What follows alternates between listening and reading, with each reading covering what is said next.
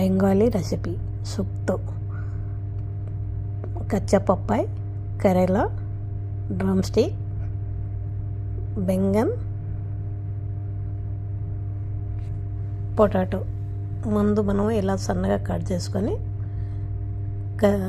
Karela fry చేసుకోవాలి. కొంచెం brown colour వచ్చినంత వరకు, ఎక్కువ ఫ్రై చేయకూడదు. ఇవి తీసి పక్కన పెట్టుకోవాలి.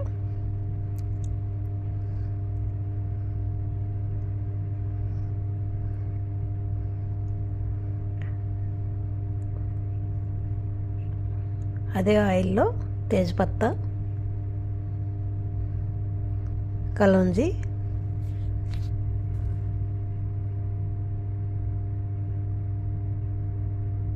కొద్దిగా ఆయిల్ యాడ్ చేస్తున్నాను, కొంచెం తక్కువ ఉన్నదని. మస్టర్డ్ ఆయిల్,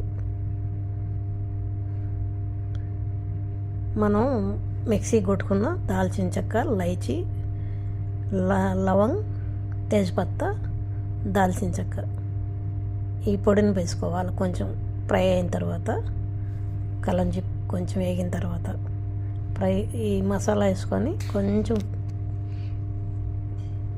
ఫ్రై చేసుకొని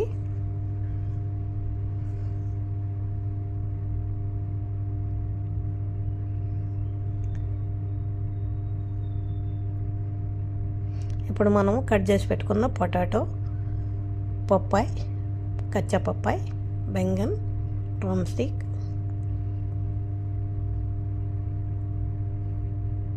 ఇవన్నీ వేసి కొంచెంసేపు ఫ్రై చేసుకోవాలి.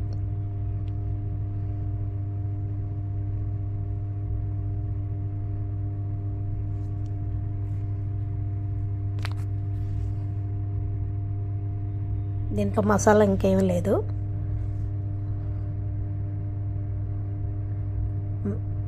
మిరప్పొడి, పచ్చిమిర్చి ఏం వేసుకోరు దీంట్లో, స్పైసీ ఏం లేదు. ఓన్లీ చక్కెర, ధనియాల పొడి, అవి. సింపుల్ రెసిపీ, రైస్ అన్నంలోకి చాలా బాగుంటుంది.